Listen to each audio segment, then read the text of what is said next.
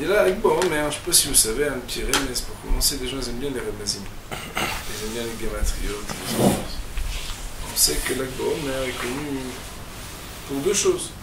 D'une part, pour l'anniversaire du départ de ce monde de Rabbi Shimon Bar Yochai, illustre personnage, qui est l'auteur du Sefer HaZohar, qui a commencé à révéler dans ce monde ce qu'on appelle la Kabbale. Même si Béhémet, les Rishonim déjà, ils évoquent les principes de la mystique juive, Rabbi Shimon Bar Yochai, il a écrit un livre entier, dont on peut voir l'ampleur jusqu'à aujourd'hui. Rabbi Shimon Bar Yochai, on dit qu'il est le Gilgul de Moshe Rabbeinu, qu'il est une forme de réincarnation de Moshe Rabbeinu. Non pas que Moshe Rabbeinu n'est pas corrigé et réparé tout ce qui devait réparer, mais qui c'est pour dire que la même personnalité, ou en tout cas les traits de caractère, les possibilités de dévoilement que Moshe Rabbeinu il avait eu, alors Rabbi Shimon Bar Yochai aussi il les a eu. D'ailleurs, dans la formule qui dit Alita Marom Shavita Shevi, tu es monté dans les cieux et tu as capturé un captif. L'on parle a priori de Moshe Rabbeinu qui a enlevé quelque chose de céleste au bon Dieu. Qu'est-ce qu'il lui a enlevé? La Torah. Quand il est monté à Har Sinaï, normalement la Torah elle est minashama, mais elle n'a rien à faire avec nous. D'ailleurs on voit bien quand on étudie, on a l'impression qu'on s'élève. On ne parle pas d'un message qui est un message humain. Ali Tamaron, tu es monté dans les cieux. Shavit Hashevi. Le premier dont on parle quand on parle de Shavit Hashevi, on parle de Moshe Rabbeinu. Seulement, Shevi, c'est l'acrostiche de Shimon Bar Yochai. Hachamim nous disent, lui aussi, à l'instar de Moshe Rabbeinu, il a été dans le ciel chercher des choses que personne n'avait été chercher. Il a pris les secrets de la mystique, qu'on trouve en particulier dans Sefer HaZohar, et il les a descendus dans ce bas. C'est pour ça que Béhémet, Rabbi Shimon, on dit que quand il a quitté ce monde, alors il a permis qu'on écrive tout le Hiddushim qu'il avait dit. Donc, ce serait très intéressant, et là j'ai commencé à regarder un peu dans les Drazuta, les circonstances de son départ, des choses très très très profondes et très jolies. Le deuxième événement qu'on commémore quand on parle de l'Akba Omer, c'est l'événement qui termine et clôt la période de deuil durant laquelle sont morts les 24 000 élèves de Rabbi Shimon et de Rabbi Akiva. 24 000 élèves de Rabbi Akiva sont morts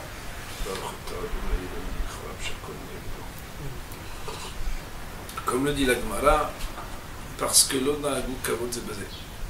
Ils n'ont pas donné l'honneur l'un à l'autre.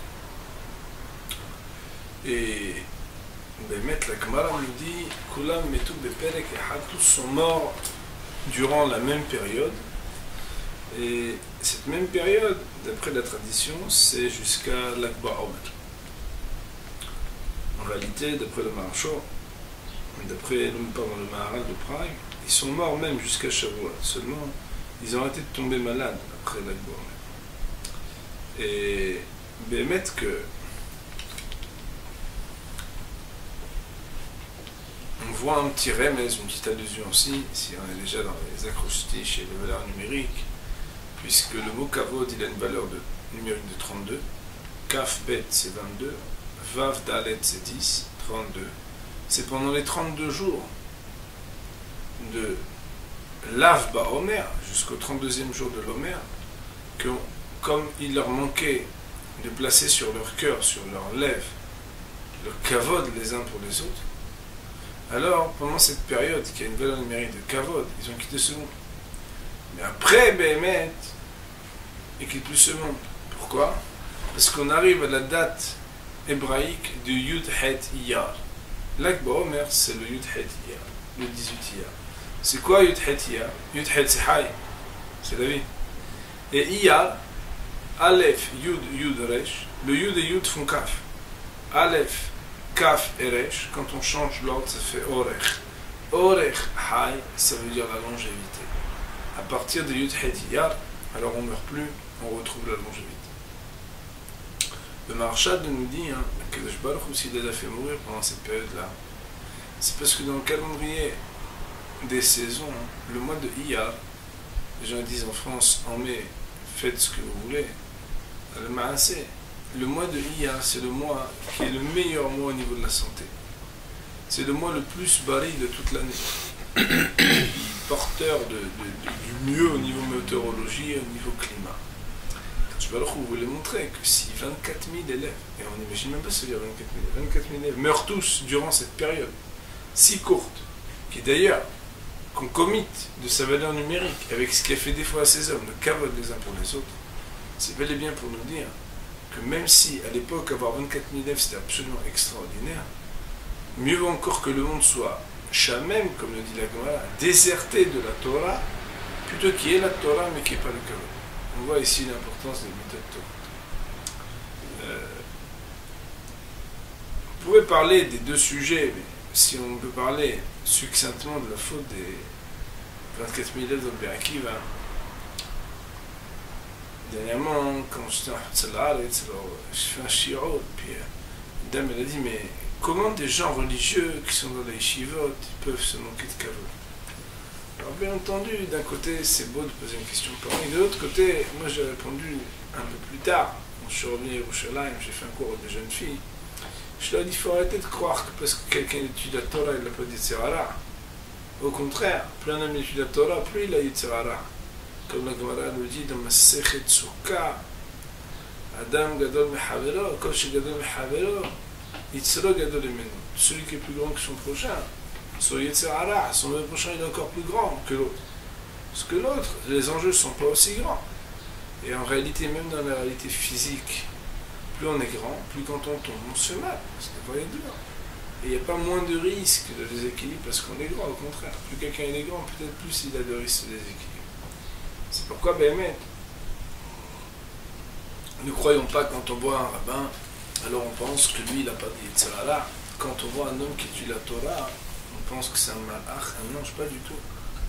Kadosh Baruch Hu, il n'a pas envoyé la guerre intérieure entre le bon et le mauvais penchant. Cependant, si c'est énoncé, c'est pas expliqué. Alors j'ai vu dans le commentaire de Rav Friedlander, qui était l'élève du Rav Dessler, une explication. Il dit que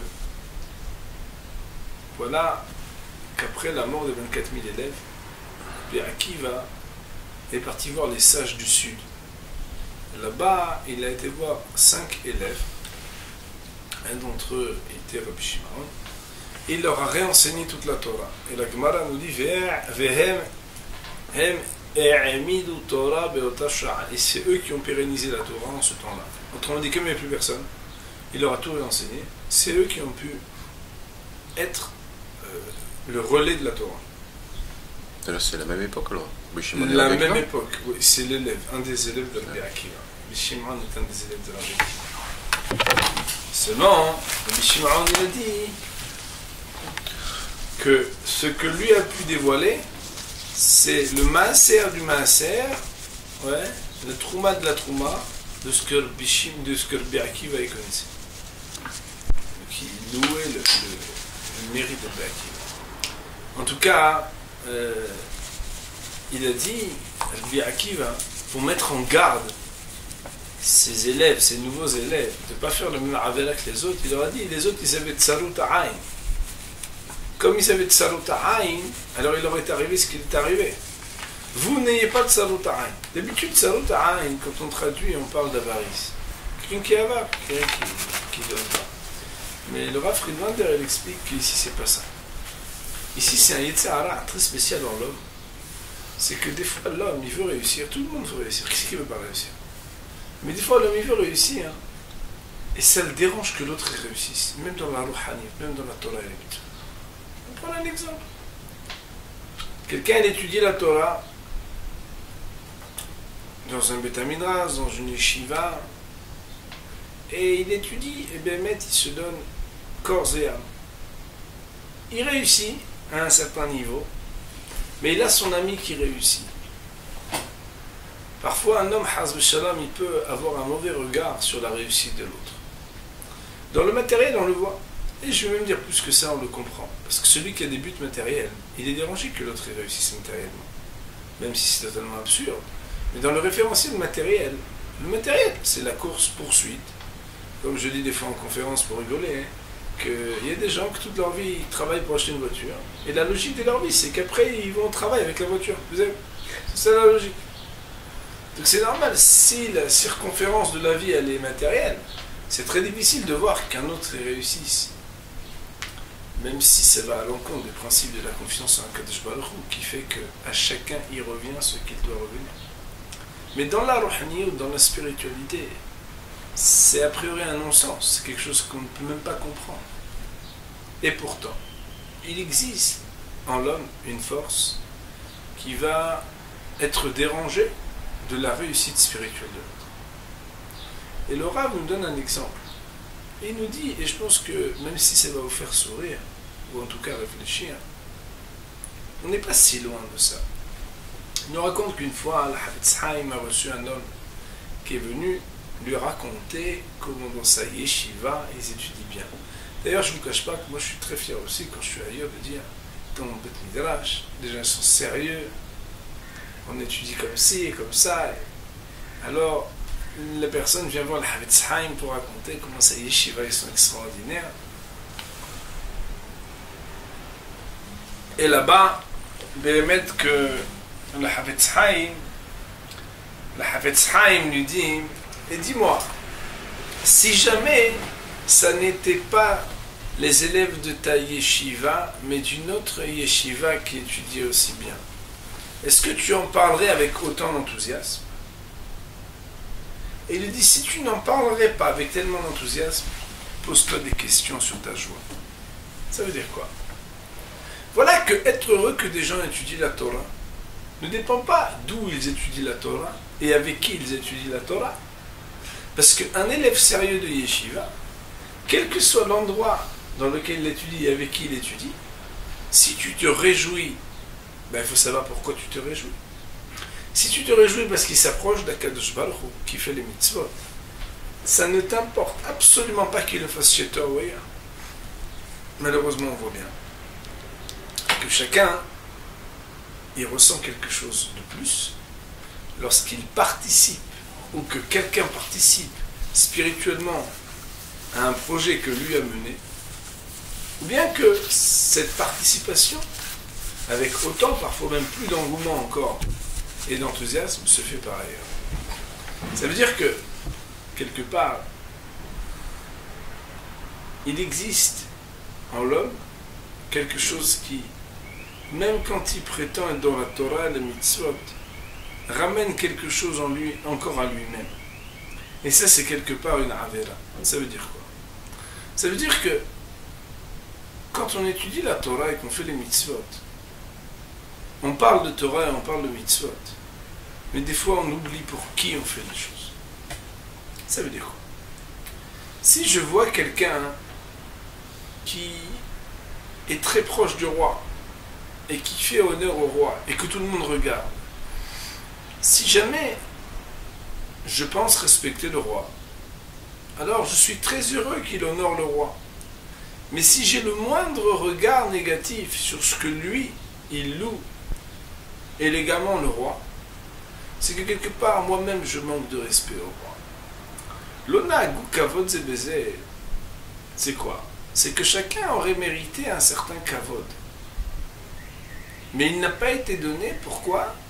Parce que voir la réussite spirituelle de l'autre, combien il est religieux, combien il sait étudier la Torah, combien il a des bonnes midot, parfois cela peut me déranger et cela doit me remettre en question, à me dire, mais alors pourquoi je fais les choses?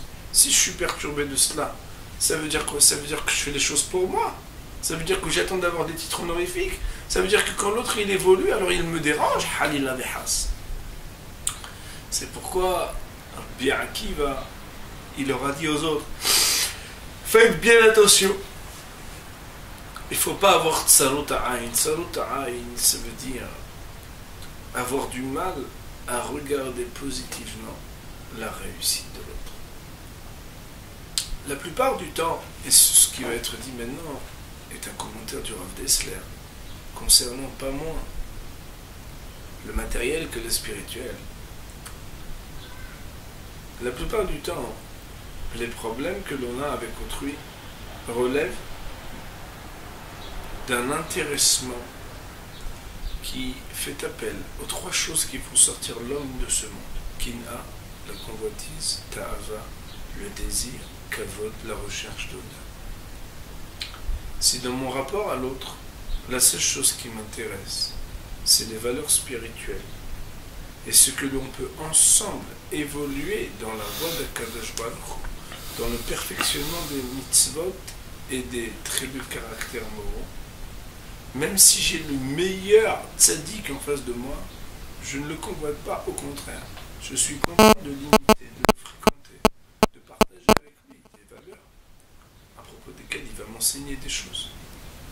Dès lors que j'ai un sentiment de querelle et de haine, nous dit le Rav Dessler, si on décortique un tout petit peu ce sentiment, on trouve toujours une part de kina, de convoitise, de ta'ava, de désir, ou bien de kavod, de recherche de nous. À nous d'être honnêtes vis-à-vis de nous-mêmes et de savoir, tout du moins discerner et au mieux corriger ce que dans notre rapport à l'autre, on doit avoir une relation qui, même quand on fait du commerce avec l'autre, quand on travaille avec l'autre, on doit avoir des principes. La réussite de l'autre, puisque nous avons la foi, il donne à chacun ce dont il a besoin. La réussite de l'autre, qu'elle soit matérielle ou spirituelle, n'enlèvera rien à ce qu'Hachem, il m'aime à moi comme son propre fils, comme si j'étais son fils unique. Personne ne m'enlèvera quoi que ce soit. C'est pourquoi Béhémet, à partir de cette période où on a bel et bien réfléchi et pensé pendant ces 32 jours au Kavod, peut-être une réflexion très intéressante. À savoir que très souvent, quand on devient religieux, on parle de la Torah, on parle des Midot, on parle de tout, et pourtant on se rend compte que comment on a un Yetzirara. Ce Yetzirara, des fois, il nous fait oublier pour qui et pourquoi on fait les choses. On fait les choses pour Akadosh Baruch Hu. Quelqu'un d'autre les fait mieux que moi. Il va encore plus dans le but de ma vie. Je l'adore et je suis heureux pour lui. Je suis sincèrement content de ce que lui se réalise, parce que le but c'est de faire honneur au roi. C'est pas que moi je sois devenu le premier ministre ou bien le second du roi. Pour parler de Bishim'aon, puisqu'on a parlé maintenant des élèves de Be'akiva, pour parler de Bishim'aon,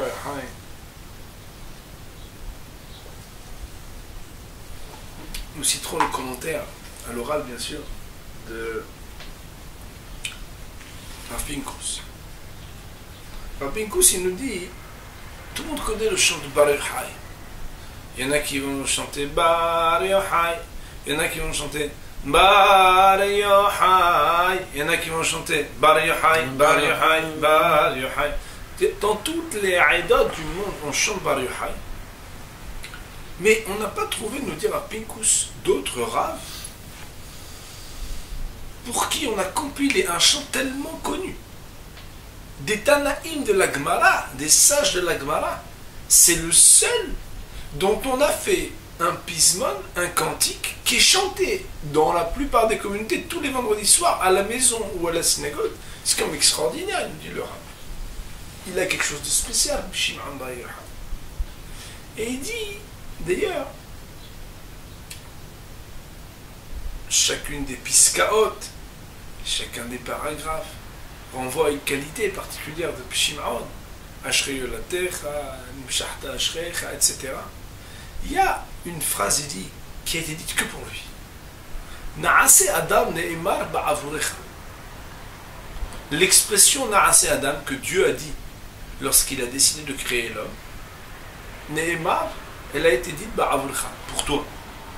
Autrement dit, qui justifie l'appellation de Adam et le projet divin de créer l'homme? Toi plus que tous. Naase Adam ne'var ba'avurecha. Vous vous rappelez peut-être que l'expression Naase, qui veut dire nous allons faire un homme, est commentée par le Midrash, expliquant qu'Akadosh Baruch Hu, il a demandé conseil aux anges.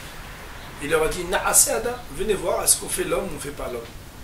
Et des forces célestes, angéliques, se disputaient, les unes, comme la bonté ou la justice, disaient il faut le créer, les autres, comme le shalom, la paix et harmonie, et le émet, la vérité, ont refusé que l'homme se crée, revendiquant que, étant donné que cet homme-là, il est Kulok Tata, il fait que de faire des histoires, et que Kulosh Karim fait que de mentir, on ne va pas créer un être qui est mensonge et qui est plein d'histoires. Il n'en reste pas moins que Akadosh Baruch Hu, quand il a créé l'homme, il a dit Na'aseh Adam, on va faire Adam. Alors il faut savoir que le mot Adam, il est commenté par exemple par le Maharal de Prague de 3 manières différentes. Une des 3 manières qui renvoie au paradoxe de l'homme, à l'ambivalence de ce que sa vie peut le porter très haut ou l'amener très bas. On va dire, le paradoxe de l'homme est inclus dans le mot Adam. Adam, c'est Aleph. Aleph, c'est l'unité. Aleph, c'est ce qui vient d'Akadosh Baruch Hu, de l'être unique. Dam, c'est la dimension du sang. L'homme de chair et de sang. L'homme, il a un corps on ne peut plus animal et un esprit, une neshama, on ne peut plus céleste. Il nous dit d'ailleurs le commentaire du Tour et du Darkei Moshe sur la bénédiction que l'on prononce quand on sort des toilettes. Rof echol basar ou mafli la'asot. Mafli la'asot, c'est qui fait quelque chose de pélé, de fantastique. Lorsque l'on regarde le corps de l'homme, c'est quoi? C'est que quelque chose de spirituel puisse habiter un corps animal et matériel. C'est ça qui est le fantastique de l'homme. Et bien, maître, quand on réfléchit, c'est absolument extraordinaire qu'un homme qui puisse lui-même voir qu'il réagit comme un mammifère, c'est un animal.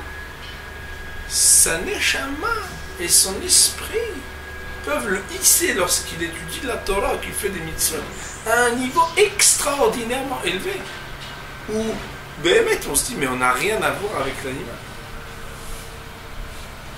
Ces deux dimensions, ces deux réalités, qui sont, on va dire, l'incroyable qui est en l'homme, alors, elles caractérisent l'homme. Mais elles caractérisent l'homme, il faut encore que l'homme puisse être digne de cela. Ça veut dire quoi? Ça veut dire que chez les non-juifs, le concept de la Kedusha, la sainteté, se trouve chez les ascètes, où on ne boit pas d'alcool, on ne mange pas, on ne boit pas parfois pendant un bon moment, on ne se rapproche pas homme et femme, et c'est comme ça qu'on peut atteindre la Kedusha, en prenant totalement distance de ce monde-ci. Dans la Torah, les mitzvot, au contraire, nous permettent de nous sanctifier par la matière. Dans la chassidoute, on va même dire qu'on élève la matière pour en faire quelque chose de sacré. D'ailleurs, pas besoin d'aller si loin dans la chassidoute, puisque dans les concepts de Ekdesh, qui sont les objets qu'on sanctifie au temple, un élément qui était un peu plus matériel et fini, quand il est consacré au temple, on n'a plus le droit d'utiliser pour autre chose. Sinon, on enfreint l'interdit de Me'ila, d'avoir littéralement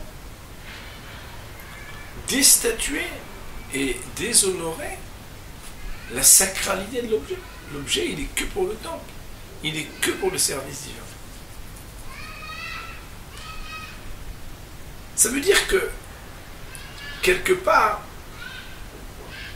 quand on parle de la Torah, et quand on parle d'un homme de Torah, Adam, alors il faut comprendre que, à la différence des Umot ha'olam, des nations du monde, qui, elles, ne trouvent de possibilité d'accéder à la sainteté que par la distance qu'ils prennent de la matière, la particularité d'Am Israël, c'est d'être capable de prendre justement dans la matière, de trouver dans ce qui pourrait, on va dire, faire partie du monde animal, le moyen de s'élever. Dans la Torah, autant par exemple dans le Shabbat, on parle du concept de Oneg, du plaisir et du délice du Shabbat, qui passe par tout ce qui peut, dans le monde moderne, être de l'ordre du vice. Pour Am Israël, cela va être bien manger, bien boire, bien dormir, une mitzvah pour certains décisionnaires, de Oraïta, de la Torah. Pourquoi? Parce que c'est comme ça qu'on peut s'élever. Alors, ce qui est extraordinaire, c'est que Rabbi Shimon Bar Yochai, dans la mesure où, sur le plan de l'esprit, sur le plan de sa neshama, comme je vous l'ai dit tout à l'heure, on dit de lui qu'il était le Gilgul de Moshe Ben, Alita Marom Shavita Shevi, Shevi Otiot Shimon Bar Yochai, qu'il a été chercher lui aussi quelque chose très haut, que personne n'avait su capturer pour le descendre dans ce bas monde, parlant de l'enseignement contenu profondément dans le Sefer HaZohar.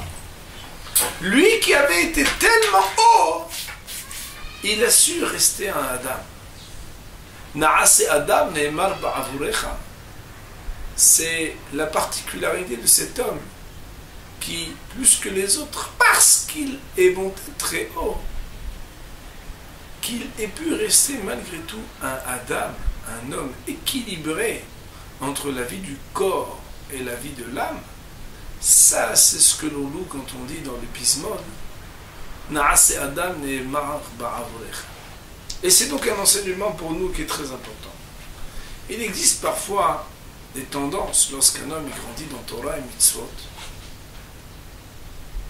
Je ne parlerai ni de quel mouvement, ni de quel, on va dire, élan, mais il arrive parfois que les gens pensent que parce qu'on étudie des choses profondes et qu'on s'implique un peu plus dans la Torah et les Mitzvot, alors qu'on doit faire moins partie de ce qu'un Adam, il est dans la réalité physique, dans la réalité sociale de la vie. Aderaba, au contraire. Rabbi Shimon Bar Yochai, il nous enseigne qu'un homme, il doit être un Adam. Adam, c'est une sorte d'équilibre. Où d'un côté, même si je monte très haut, de l'autre côté, je peux rester un Adam équilibré. Ça veut dire qu'en réalité, si le monde spirituel chez les non-juifs les fait parfois méditer, se séparer presque de la dimension du corps, dans la Torah, il n'en est rien. Au contraire, les mitzvot sont des actions physiques qui répondent à une volonté d'Hachem. Les mitzvot vont nous demander des réalisations où l'on va prendre dans les mains quelque chose, l'on va faire des actions et on va même manger, boire et dormir et profiter de l'Olam Hazeh pour s'élever. Na'ase Adam ne'emar ba'avurecha. C'est d'être capable, dans les deux sens, que l'on puisse occulter que d'une part, on ne peut pas, parce qu'on est dans Torah et Mitzvot, ne vivre que de la spiritualité de la Torah, comme il est marqué dans la Gemara, Kol haomer en li ella Torah, af Torah en lo. Tout celui qui va dire, moi je n'ai que la Torah et rien d'autre, même la Torah, il ne l'a pas. Parce que la Torah n'est pas seulement une étude, elle est une réalisation de soi. Et la réalisation de soi, elle passe dans tout. Tout ce qu'Akadosh Baruch Hu il propose autour de nous. D'autre part, c'est très encourageant. Car un bon thune, par exemple, qui aime kiffer la vie, il ne peut imaginer une seconde devoir se priver parce qu'il fait Torah et Mitzvot. Seulement, il va devoir canaliser le plaisir. Il va devoir le tempérer, l'orienter, donner une place au plaisir dans une dimension qui va l'élever lui-même. Ça veut dire que celui qui étudie la Torah, s'il oublie que cela passe aussi par le fait de savoir profiter de ce monde-ci pour la mitzvah, il se trompe. D'autre part, celui qui pense que parce que il est trop accompli dans ce monde-ci, il ne peut appréhender le message de la Torah. Ça, c'est trop spirituel pour moi. Moi, je suis trop un kiffeur. Je ne pourrais pas. Il n'a rien compris. Car la Torah, à la différence de tous les autres idéologies, Akadosh Baruch Hu, connaissant ce que l'homme est fait de Aleph et de Adam, l'homme, puisqu'il a une dimension animale, il a une dimension, il a besoin de profiter. Akadosh Baruch Hu, au contraire, s'adresse à lui pour l'éduquer, à être celui qui, de tous les autres corps animaux, parce qu'il a une neshama, saura profiter. Comme le dit la Gemara à propos d'un Tana, à propos d'un des enseignants de la Gemara, qu'il a pu dire, qu'il a levé ses 10 doigts, il a dit, jamais quelque chose m'a été proposé dans ce monde-ci dont je n'ai tiré profit. La Gemara ne dit pas s'il était tunisien ou pas. Mais qu'est-ce qu'on veut dire? C'est que chaque chose qui est donnée, elle est proposée pour pouvoir s'élever et élever la matière. On n'est pas là uniquement pour se priver de quelque chose, non. On est là pour essayer de voir dans ce qui est présenté dans ce monde-ci, qu'est-ce qu'Akadosh Baruch Hu nous permet et de nous élever et d'élever la matière pour la mitzvah.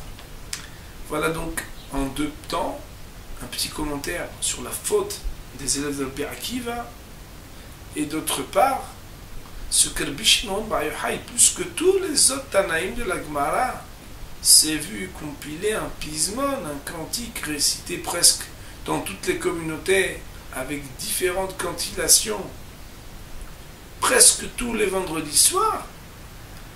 Pourquoi? Parce que lui, il a été tellement haut et pourtant il est resté un Adam. Et ça, c'est un message extraordinaire. D'abord, d'humilité, de rester proche de ce que l'on a été, même quand on grandit spirituellement.